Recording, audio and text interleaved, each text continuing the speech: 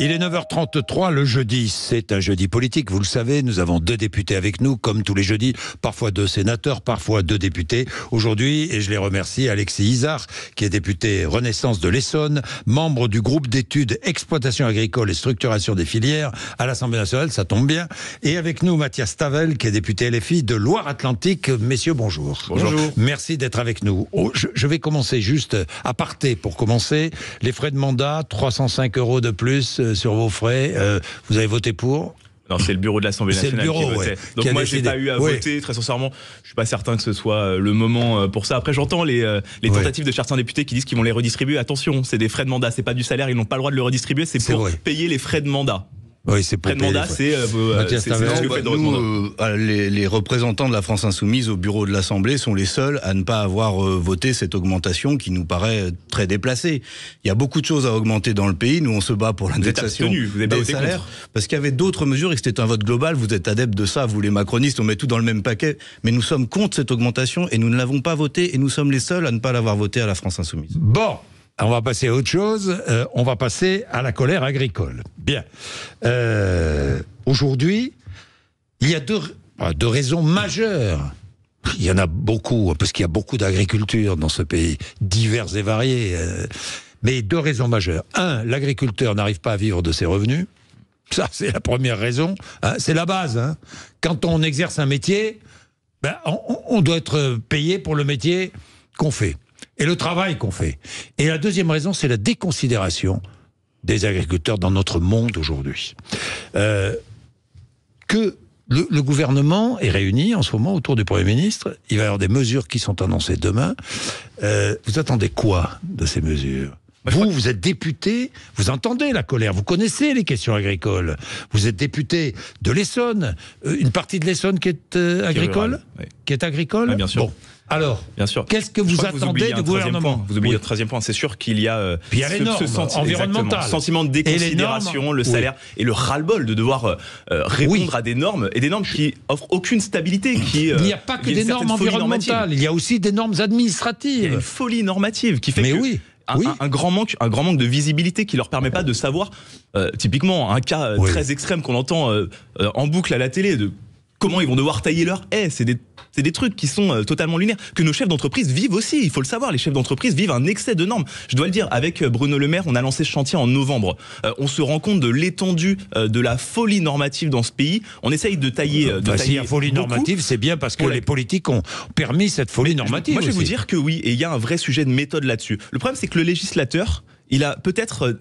depuis certaines années, oublié de faire la loi et il croit qu'il doit faire le règlement. Là-dessus, il faut qu'on fasse attention. Moi, je nous le dis pour nous aussi, législateurs, lorsqu'on fait la loi, on donne les grandes directions. On n'a pas besoin de rentrer dans les détails sur de combien de mètres la haie doit être taillée, combien d'ombrelles doivent être implantées. Il faut que nous, parlementaires, donnons les grandes directions et qu'on laisse ensuite les administrations être raisonnables et leur imposer d'être raisonnables. Donc vous attendez, 1, une simplification administrative, 2, des mesures concrètes pour permettre aux agriculteurs de mieux vivre, et 3, une méthodologie pour faire en sorte qu'on ne leur réimpose pas des normes trop importantes et qu'on leur permette de vivre de leur travail sans avoir cette charge déraisonnable. Mais oui, non, mais j'entends d'abord toutes ces normes que vous critiquez et que les macronistes critiquent beaucoup.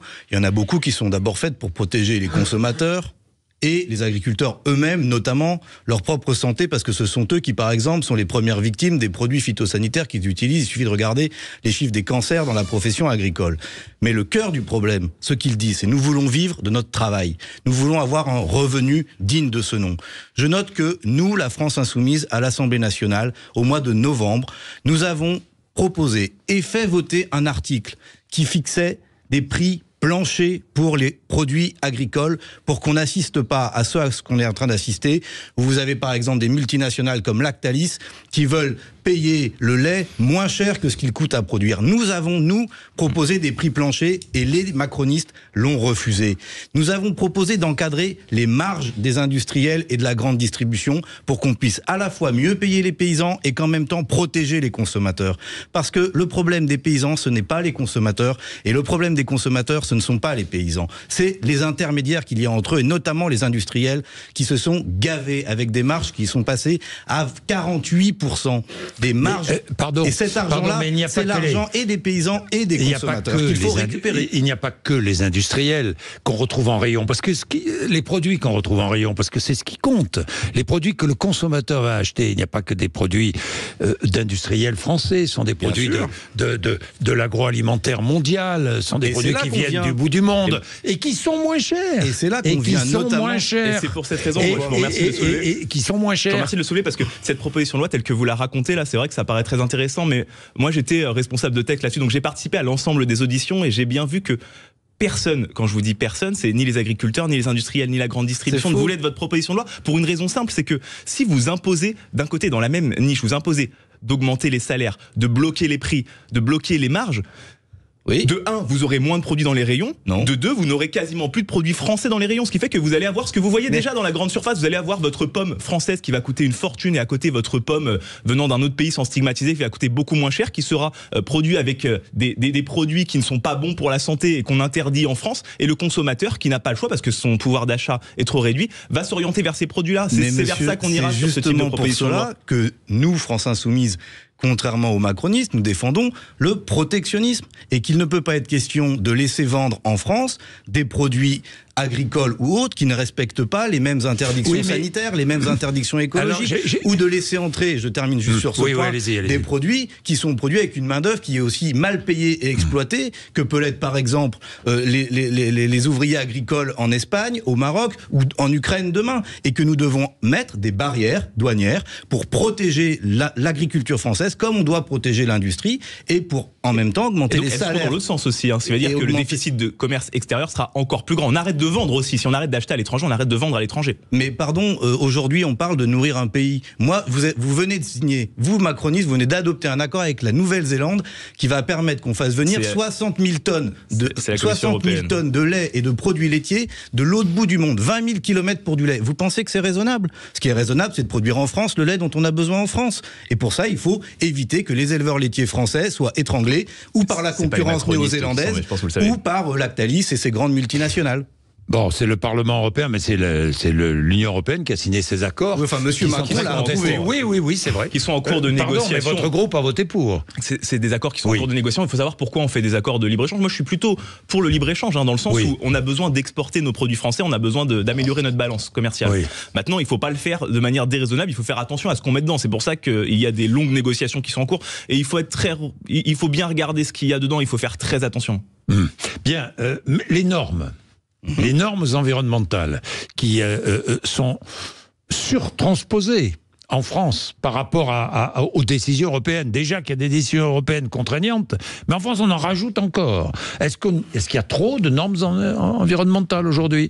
Est-ce que ça pénalise le travail et les revenus des agriculteurs? Non, il n'y a pas trop de normes environnementales ou sanitaires. Trop. Vous dites tout va bien. Ce qui pose le problème, c'est la concurrence déloyale à laquelle nos agriculteurs sont soumis, parce qu'ils sont eux soumis à des règles exigeantes, notamment parce que nous voulons protéger leur santé et les consommateurs, et qu'on laisse dans le même temps rentrer des produits qui ne sont pas soumis à ces mêmes règles. Le problème il est là. Par exemple, je viens de parler de l'accord Nouvelle-Zélande. On va autoriser l'arrivée en Europe de produits qui ont été à un moment en contact avec de l'atrazine. Personne ne sait ce que c'est que l'atrazine. Si, quand même, c'est un produit qui est interdit dans toute l'Union européenne depuis 20 ans. Et on signe des accords pour laisser rentrer des produits où on a utilisé ces produits-là. Franchement, on marche sur la tête.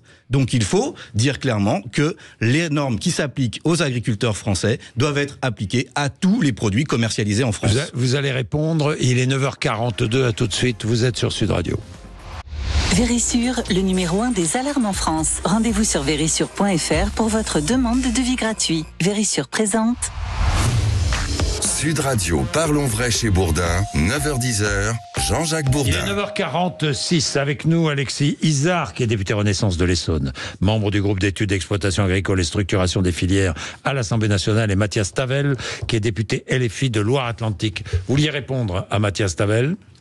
Tout à l'heure, nous parlions effectivement des normes, nous parlons des contraintes qui étaient les normes environnementales, les contraintes. Est-ce qu'il y en a trop? Est-ce qu'il y en a trop? Et moi, je suis assez surpris. Alors, je parle pas contre vous, Monsieur Tavel, je vous connais, je connais vos travaux, mais je suis quand même face à un député qui fait partie d'une majorité où le lundi, vous allez manifester contre les retenues d'eau des agriculteurs. Le mardi, vous allez dire que si c'était des écologistes qui étaient à leur place, ils seraient en prison.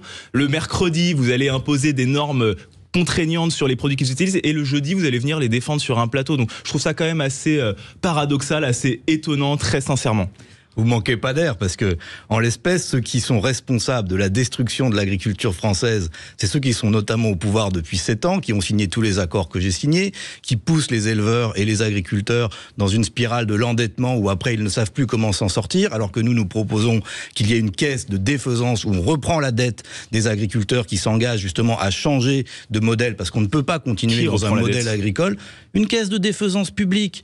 Vous avez été capable, on a été capable de trouver des milliards d'euros. Nous tous, quoi. Mais bien sûr, parce que c'est un enjeu indispensable pour la souveraineté alimentaire et pour le respect qu'on doit à des paysans qu'on a mis dans cette situation pour qu'ils soient capables de nous nourrir. Et aujourd'hui, on doit faire autrement. Et donc, on doit légitimement les aider. Si je peux me permettre. Mais par contre, quand on dit les normes sanitaires, qui s'oppose dans les accords de libre-échange, par exemple, à ce qu'on fasse rentrer des produits traités avec des pesticides, des poulets traités à la javel. Il y a les accords de libre-échange, et il y a aussi les normes, d'autres normes qui n'ont rien à voir avec le libre-échange, qu'on impose aux agriculteurs français, et qui parfois sont ubuesques, absurdes. Bien sûr, mais la norme, ce n'est pas que ça. S'il y a des normes, c'est aussi parce que dans l'agriculture, vous avez un tout petit nombre de gens qui provoque des abus absolument insupportables, notamment dans l'usage de pesticides ou autres. Mais il y a des normes qui peuvent être très utiles. Par exemple, on a voté dans le mandat précédent, et encore dans celui-là, des lois Egalim qui sont censées dire les collectivités, notamment dans l'approvisionnement des cantines, doivent d'abord avoir un taux de produits bio, de produits locaux. Votre majorité a voté contre ces lois Egalim. Aujourd'hui, les agriculteurs demandent qu'on les applique, ces lois Egalim. 20% de bio. C'est ça qui est dans la loi. Je viens d'une région, Pays de la Loire, 9% de bio. Que fait le gouvernement pour dire à la région Pays de la Loire, dites donc ça va pas, vous respectez pas la loi. Ils serait temps de la respecter. Mais parce qu'il n'y a pas derrière la volonté de les appliquer. Le problème du bio, vous le savez, c'est qu'on produit pas suffisamment de bio en France. Et que le bio, qu'on importe beaucoup de bio. Et que de l'étranger, et aujourd'hui du bio dans des conditions... donc ça a été commencé. Produit dans des conditions... Mon collègue a commencé à le faire, mais vous nous parlez de qu'est-ce qu'on fait depuis 7 ans. Tout de même, vous venez de le dire, les lois Egalim, elles résultent des états généraux de l'alimentation, Egalim 1, Egalim 2. Aujourd'hui, les agriculteurs, ils demandent de mieux appliquer ces lois-là, parce que ces lois-là sont bonnes pour sanctuariser la matière première agricole. C'est ce que nous avons fait. Vous avez voté contre à l'époque. Vous étiez contre ces lois-là. Mais pourquoi nous avons voté contre ? Parce que nous n'avions pas confiance dans le fait que vous les appliqueriez, vous, macronistes, avec la sévérité qu'il faut. Aujourd'hui, vous votez contre une loi parce que vous avez peur que la loi ne soit pas appliquée. Mais bien sûr que si, parce que nous n'avons pas confiance dans ce que vous faites. Vous êtes très fort pour faire des déclarations d'intention. Contre toutes les lois. Mais non, pas toutes. Ah bon ? Hier, nous avons voté pour l'inscription de l'IVG dans la Constitution. C'était même notre idée. Mais quand Lactalis demande à ce que les paysans vendent leur lait moins cher que ce que ça leur coûte de le produire, pourquoi Bruno Le Maire n'intervient pas pour dire Lactalis doit rendre des comptes et s'il faut nous enverrons Lactalis au tribunal? Je pense que le PDG de Lactalis devrait être devant un tribunal. Alors sans cibler de marque, ce que fait Bruno Le Maire, c'est de dire nous avons des lois pour sanctuariser la matière première agricole, nous allons amplifier les contrôles pour être sûr que cette sanctuarisation... il serait temps de se réveiller, ça fait 7 ans que vous êtes là. Mais ne laissez pas croire aux Français qu'il n'y a aucun contrôle qui est fait. Ce que dit le ministre, c'est que si effectivement il y a des abus, il faut qu'il y ait plus de contrôles pour faire en sorte de les trouver, tout simplement. Mais il y a déjà des contrôles, évidemment. Et contre les régions qui n'appliquent pas la loi Egalim, vous avez prévu des sanctions ? Vous avez prévu de forcer Madame Morancet, qui est dans votre majorité, mais contre les départements qui ne veulent pas appliquer la loi, contre les communes qui ne veulent pas appliquer la loi, et toutes les lois. C'est insupportable, évidemment. Vous faites des phrases et vous n'agissez pas. Mais je parle bien de toutes les lois, y compris dans votre majorité qui ne veut pas appliquer la loi. Bien, moi, il y a une chose que je comprends pas très bien, c'est pourquoi on ne fixe pas un prix de vente d'une production et ensuite on s'adapte après, en aval. C'est exactement la proposition de loi de la France Insoumise. Non, parce que vous voulez figer le prix. Le prix plancher qu'on paye aux paysans. Le prix, on leur achète le lait. Le prix, on leur les achète agriculteurs le blé, ne veulent pas bloquer leur prix parce que ils auraient été perdants actuellement. S'ils avaient bloqué leur prix avec les fluctuations, ils auraient été perdants. Ils sont grands gagnants, tout le monde le voit. Et ensuite, il y avait dans notre proposition de loi, il y avait l'idée d'un coefficient multiplicateur, c'est un peu technique, pour dire l'industriel ne peut pas et le rapporteur de votre loi n'a pas été capable de nous expliquer comment il avait pondu son multiplicateur. Non, il n'a pas été capable de nous dire pourquoi ce chiffre. Manuel Bompard a fait le travail remarquablement. Et de dire, voilà, ça c'est pas négociable. Ça, c'est ce qu'on doit payer aux paysans parce que c'est le prix de revient et même un peu plus. Et ensuite, on encadre les marges pour qu'il n'y ait pas ou des industriels de la transformation ou des grandes distributions, parce que ça arrive aussi, qui font des multiplications, disons, très généreuses pour leur propre profit. Non, je comprends que vous soyez attentifs tous tous les politiques à la situation des agriculteurs. D'ailleurs, tout à coup, tout le monde s'intéresse à l'agriculture. Non, mais attendez, je vous parle d'une loi que nous avons fait voter le 30 novembre. On n'a pas attendu la révolte des agriculteurs. Egalim 1 et 2, on les a fait voter depuis 7 ans, mais on va pas faire de celui qui a proposé le plus de lois. Aujourd'hui, il faut faire en sorte que ces lois s'appliquent. Par exemple, ça revient aussi souvent, l'irrigation, l'eau. Vous avez manifesté contre les retenues d'eau, contre l'irrigation, contre l'utilisation de l'eau par des agriculteurs. Pas contre l'irrigation. Non, nous ne sommes pas contre l'irrigation. Contre le fait qu'on fasse des méga-bassines qui reviennent à pomper l'eau dans les nappes phréatiques et donc à, en quelque sorte, détraquer le cycle de l'eau, et ensuite on se rendra compte que les conséquences sont pires que ce qu'on pensait. Ces bassines, ce sont un mirage. C'est faire croire qu'on peut continuer avec le même modèle agricole à un moment où on va manquer d'eau. Il n'y a pas que des méga-bassines, il y a aussi des retenues d'eau plus modestes que les agriculteurs. D'ailleurs, des méga-bassines n'existent pas. La manifestation, c'était des méga-bassines. Non, la manifestation. Voilà. Mais est-ce que vous pensez que les agriculteurs doivent retenir de l'eau pour cultiver leur culture? Oui, non. Ce que font beaucoup de Français chez eux. Si c'est les méga-bassines qui non seulement retiennent un peu d'eau, mais surtout oublions les méga-bassines. Ah bah oui, mais non, mais attendez, c'est dans un endroit précis. Vous êtes allé manifester. Mais en Haute-Loire, il n'y a pas de méga-bassines. Je ne suis pas allé manifester contre la retenue d'eau que vous mettez sous votre fenêtre. Bon, on manifeste contre des projets qui nous semblent emmener l'agriculture dans un mirage, dans une illusion qui va à la fin aggraver le mal. Il faut s'habituer au fait que nous allons manquer d'eau, et donc il faut changer un certain type de culture, parce qu'on ne peut pas continuer, par exemple, à faire dans certains territoires du maïs ultra irrigué, alors qu'on sait qu'on va manquer d'eau et qu'on va avoir la question de savoir si on ces discours-là que les agriculteurs ils manifestent, c'est contre ces discours décroissionnistes auxquels ils ne croient plus. Ils ne croient plus. Les agriculteurs, ils ont peur. Vous leur faites peur, en fait. Les agriculteurs, ils se disent que demain ils seront plus en capacité de produire, de nous nourrir. C'est de ça dont ils ont peur. C'est ça le malaise. C'est la peur de déconsidération. Est-ce qu'il faut produire plus? Il faut leur parler. Est-ce qu'il faut produire plus? Vous allez me répondre, il faut produire autrement. Oui. Il faut produire autrement, il faut gaspiller moins, il faut être capable de relocaliser un certain nombre de productions agricoles. Et pas nos agriculteurs, ils gaspillent. Non, pas eux, mais toute la chaîne derrière. L'agro-business, la grande distribution.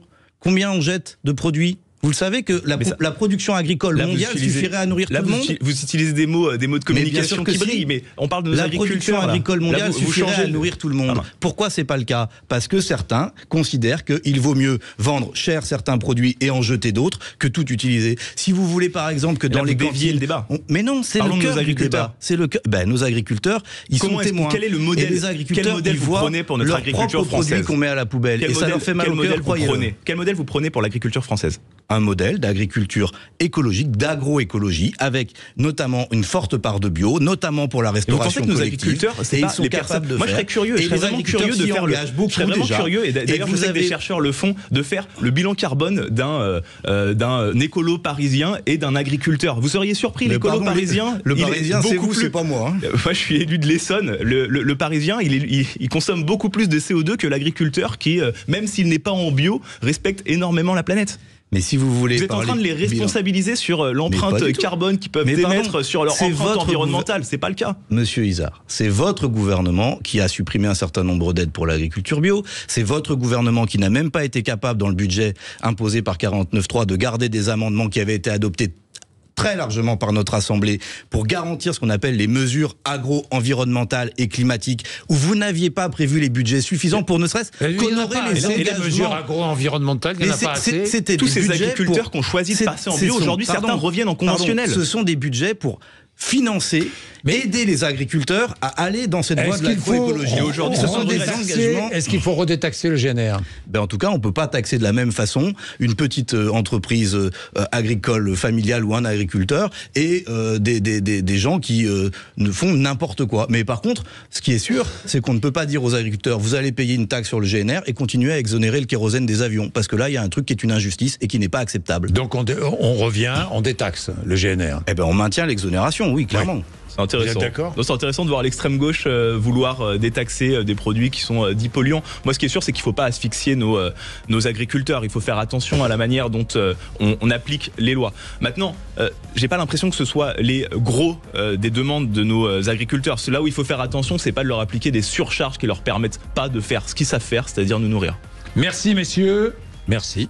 9h56, vous êtes sur Sud Radio.